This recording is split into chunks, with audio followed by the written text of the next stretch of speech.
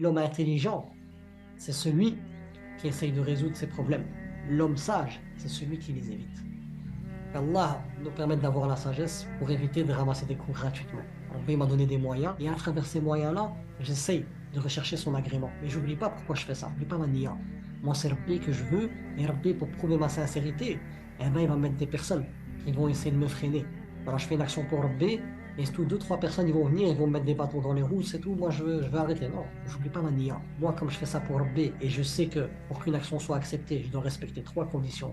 La première, c'est de vouer un culte exclusif à Allah, d'être croyant. La deuxième, je ne recherche que le visage d'Allah.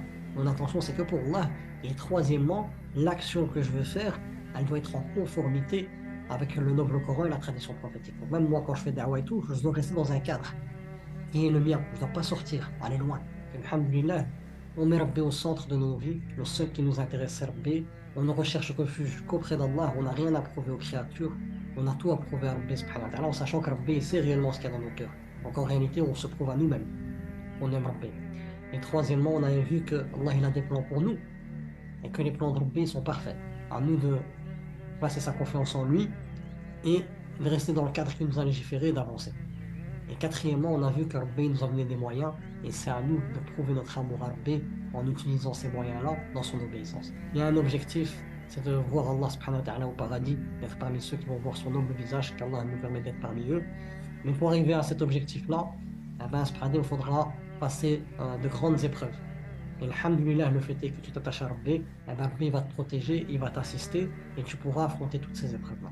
Et la récompense de tout ça, c'est que tu pourras voir le visage d'Allah. Le prix à payer à travers les épreuves et les difficultés, c'est rien. C'est rien comparé à ce cadeau, pour Rabbi. Donc Allah subhanahu wa ta'ala nous permet d'être raffermis dans la foi.